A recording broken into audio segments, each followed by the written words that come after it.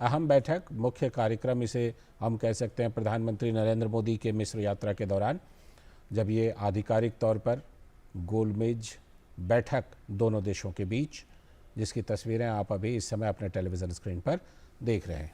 और जाहिर है कि इस बैठक में दोनों देशों के मंत्रिमंडल के जो विशेष अधिकारी हैं वो इस बैठक में शामिल हुए हैं।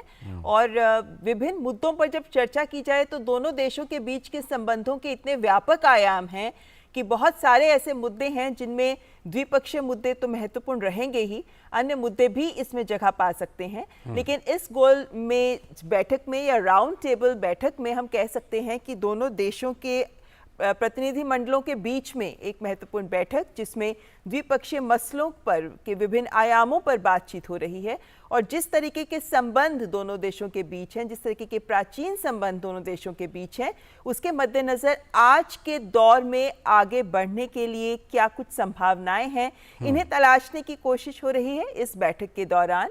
और जो जिस तरीके के मुद्दे अभी तक जो सहयोग के दोनों देशों के बीच में सहयोग के क्षेत्र रहे हैं, उनसे हटकर उनमें सहयोग प्रगाढ़ करने के साथ साथ जब भी इस तरीके के दौरे और बैठकें होती हैं तो नए क्षेत्रों की भी संभावनाओं को पर बातचीत होती है, क्योंकि भारत आज एक मजबूत आर्थिक ताकत के रूप में भी विश्व के सामने है।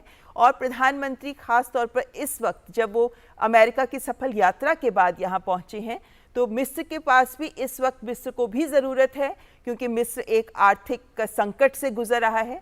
मिस्र में इस वक्त महंगाई दर 37% के आसपास पिछले कुछ महीनों में देखी भी गई है। और मिस्र में इस बार विदेशी मुद्रा का भी इस वक्त संकट मिस्र के सामने है।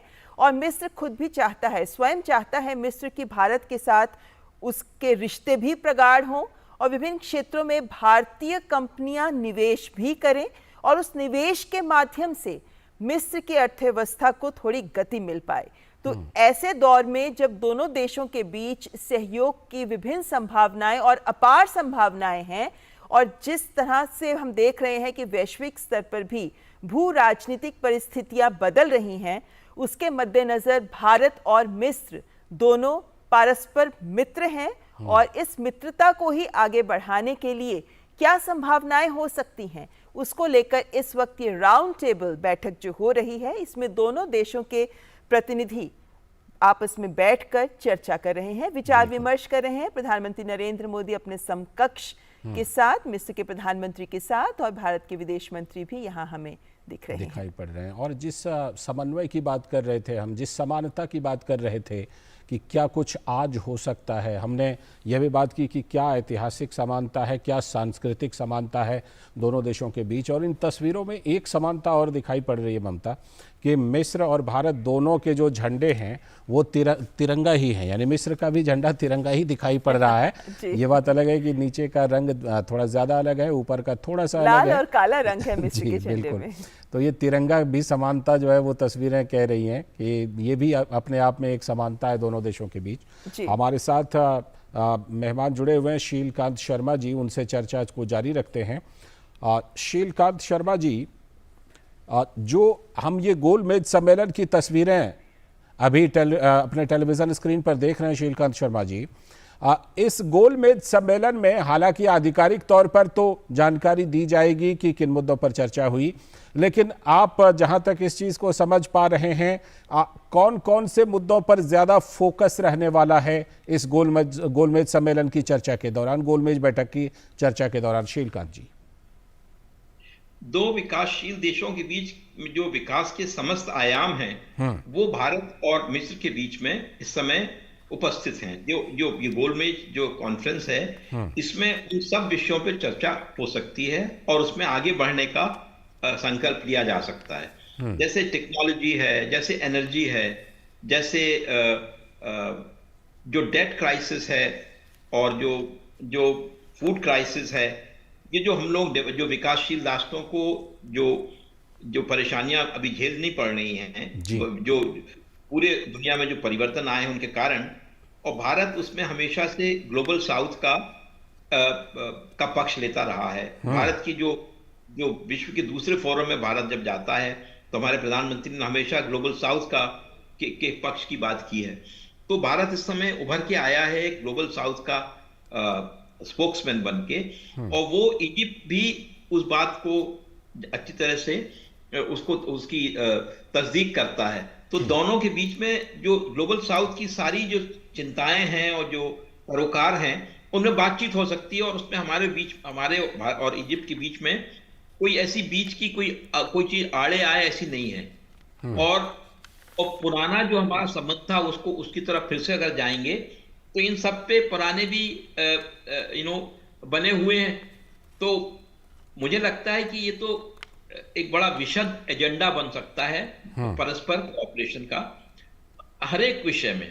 चाहे आप कल्चर ले लीजिए तो उसमें हमारी संभावनाएं हैं, फूड है, फूड सिक्योरिटी के लिए भारत जो प्रयत्न कर रहा है, जो एनर्जी सिक्योरिटी है, इजिप्ट कोई ऑयल रिच कंट्री नहीं है तो उसको भी एनर्जी का वो है, इसलिए सोलर अलायंस है उसमें इजिप्ट भी ने भी भाग लिया हुआ है, इंटरनेशनल सोलर अलायंस में। तो जो रिन्यूएबल एनर्जी है इसमें भी इजिप्ट की चिंता वही है जो हमारी है। तो एक तरह से कंपैटिबिलिटी जो है दोनों के बीच में उसका परिमाण बहुत ज्यादा है, और इसलिए अतिशयोक्ति नहीं होगी कि असीम संभावनाएं हैं, मतलब दोनों के बीच में अब साथ में और प्रगाढ़ मैत्री है। इसके पहले इजिप्ट के राष्ट्रपति भारत 2 बार आ चुके हैं, उनको हमने अपने गणतंत्र दिवस में विशेष अतिथि के रूप में बुलाया है। तो वो भारत के अंदर इजिप्ट के लिए कितनी गहरी सद्भावना है और मैत्री है। तो उसको देखते हुए मुझे लगता है कि ये जितने विषय हैं जो आज के हमारे एजेंडा में आते हैं इकोनॉमिक डेवलपमेंट के, वो सब यहाँ पे होंगे, और जरूर हमें जो संयुक्त स्टेटमेंट आएगा, जॉइंट स्टेटमेंट आएगा, उसको हम देख के इस बात का परिचय होगा कि कितनी जगह उन्होंने तय किया है। और फिर ये भी जानते हैं कि हमारे प्रधानमंत्री एक्शन में विश्वास करते हैं, तो वो जो भी उनके साथ तय होगा वो एक्शनेबल होगा, डूएबल होगा। तो ये वाली बात भी जो उनकी जो इमेज है जो अंतरराष्ट्रीय स्तर पे, वो ये है कि he is a man of action, he is in hand man, things. तो वो वाली बात भी उनको है कि चलो हम कुछ बनाएं और कुछ करें। तो ये मुझे लगता है मतलब आशाओं का हमारी अपेक्षाएं बढ़ गई हैं भारत और इजिप्ट के संबंधों को लेके इस से। बिल्कुल। एम्बेसडर शीलकांत शर्मा जी, हम जब बातचीत की बात कर रहे हैं तो इस बात के भी संकेत बहुत मुखरता से मिल रहे हैं कि रक्षा सुरक्षा क्षेत्र में ज़रूर गंभीर बात होगी और कुछ निकलकर सामने आएगा, खासकर तब जब मिस्र भी भारत से, चाहे हम तेजस की बात करें, आकाश मिसाइल्स की बात करें, वो रुचि दिखाता रहा है। और भारत ऐसे में इस वक्त भारत से ही लगभग 42 देश हैं जो हथियार खरीद रहे हैं। भारत भी अब हथियारों के क्षेत्र में निर्यातक बन रहा है। तो ऐसे में जब हम रक्षा सुरक्षा की बात करते हैं तो रक्षा उपकरणों के साथ साथ आपको लगता है कि साइबर सुरक्षा जैसे मुद्दे या यूएवी जैसे मुद्दे ये भी आ सकते हैं? हाँ, ये तो जो रक्षा के जो उपादान हैं उनकी बात है, पर रक्षा का जो सामरिक महत्व है वो ये है, सुरक्षा का सामरिक महत्व ये है कि जो रेड सी है उसमें भारत के भी इंटरेस्ट हैं, इजिप्ट के भी इंटरेस्ट हैं। इजिप्ट के जो सागर से संबंधित जो इजिप्ट के जो सरोकार हैं उससे हमारा काफी ताल्लुक हो सकता है, और हम लोगों की जॉइंट एक्सरसाइज होती है। नेवी के क्षेत्र में भी हम लोग नेवल एक्सरसाइज कर सकते हैं साथ साथ। और हमारी जो फौज है, जो थल सेना है और जो वायुसेना है, इनके बीच में भी हम लोग निरंतर परस्पर सहयोग कर सकते हैं। और ये पहले होता था, हमारा डिफेंस अटैची वहां होता था, अभी भी है। तो ये क्षेत्र जो है इसमें फिर से हमको रीइग्नाइट करना चाहिए। और रक्षा उपकरण जो है उनमें तो वाकई भारत उभर के आया है, तो भारत तैयार है एक्सपोर्ट करने के लिए। जो भी चीजें उनकी जो आवश्यकता होगी और हम मीट कर सकते होंगे तो भारत की तरफ से तो इसमें कोई पूरी ओपननेस है।